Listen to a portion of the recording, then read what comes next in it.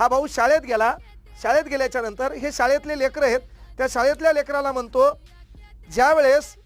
Sir तुमचं काही करणार नाही त्यावेळेस तुमची माझ्यासोबत खैर नाही, डायरेक्ट तुमचे हातपाय मोडून जेलमध्ये जायला तयार आहे, पहिलेच आमच्या घरावर लय केसेस आहे,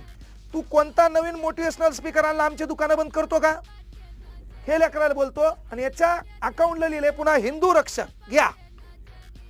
लेकर आहेत ना, हा यांना जर असं म्हणायचं असेल की पोरीची छेडखानी केल्यावर तर समजून सांगायचं बाळा, शाळेत बसलेल्या मुलांनो आपण छत्रपती शिवाजी महाराजांच्या महाराष्ट्रामध्ये राहतो, आपल्याला परस्त्री माते समान दिसली पाहिजे, लोकांच्या घरातले लेक आपल्या बहिणीप्रमाणे वाटली पाहिजे. ते लहान लेकर आहेत ना, हे 7वी 8वीचे लेकर यायला जर आपण म्हणलं